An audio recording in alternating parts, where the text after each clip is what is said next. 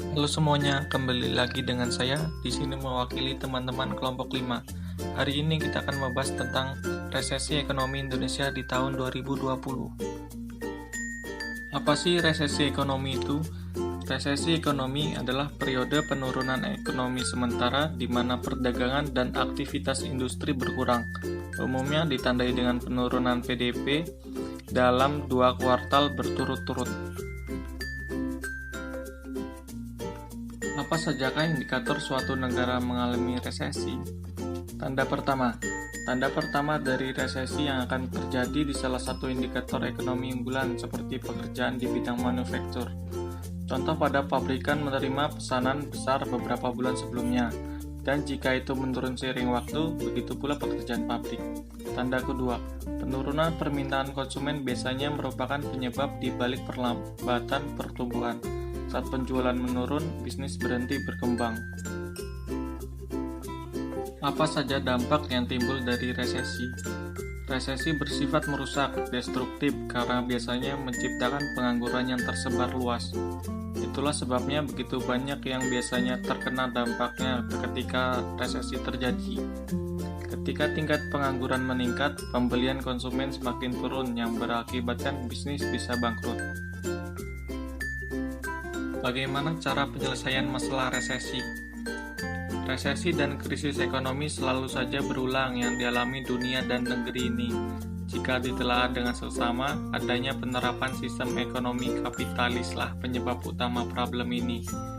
Kerapuhan kapitalisme menyebabkan mudahnya perekonomian dalam negeri maupun skala dunia goncang.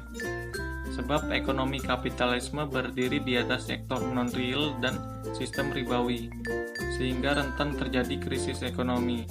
Maka solusi resesi bukan sekedar terletak pada masyarakat semata dengan mendorong mereka untuk berhemat, menabung, dan sebagainya. Namun resesi dan krisis ekonomi ini merupakan masalah sistemik. Jadi untuk mengakhirinya juga dengan solusi secara sistemik, bahkan fundamental. Implementasi nilai Pancasila. Sila pertama ini tentu bisa menjadi fondasi yang kuat dalam diri manusia saat ini. Ketika virus corona menyerang, maka kita masih memiliki tempat untuk berdoa kepada Sang Pencipta. Sila kedua. Dalam sila kedua yakni kemanusiaan yang adil dan beradab, maka hal ini bisa diimplementasikan dalam bentuk perlakukan terhadap orang lain. Sila ini menekankan kepada kita untuk menjunjung tinggi nilai kemanusiaan. Sila ketiga. Dalam sila ketiga yakni persatuan Indonesia, maka kita harus bisa memaknai dan mengimplementasikan bahwa virus corona ini tidak mengenal suku, ras maupun agama, sehingga walaupun kita berbeda dan beragam, rasa persatuan harus tetap diwujudkan. Sila keempat. Dalam sila keempat yang tertulis kerakyatan yang dipimpin oleh hikmat kebijaksanaan dalam permusyawaratan perwakilan, sila ini menekankan akan sebuah kepatuhan terhadap kebijakan pemerintahan. Penerapan PSBB merupakan salah satu protokol yang harus dipatuhi. Sila kelima.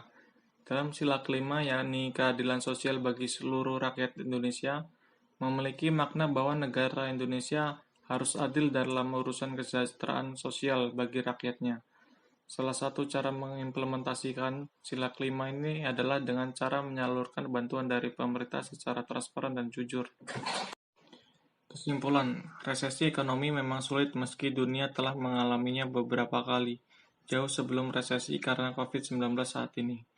Dampak resesi ekonomi adalah periode di mana produk domestik bruto suatu negara berhenti bertumbuh dan mulai menyusut. Selama resesi ekonomi, hampir semua orang menderita dalam banyak hal, baik itu secara individu maupun perusahaan raksasa sekalipun. Terima kasih atas perhatiannya dan sampai jumpa di lain waktu.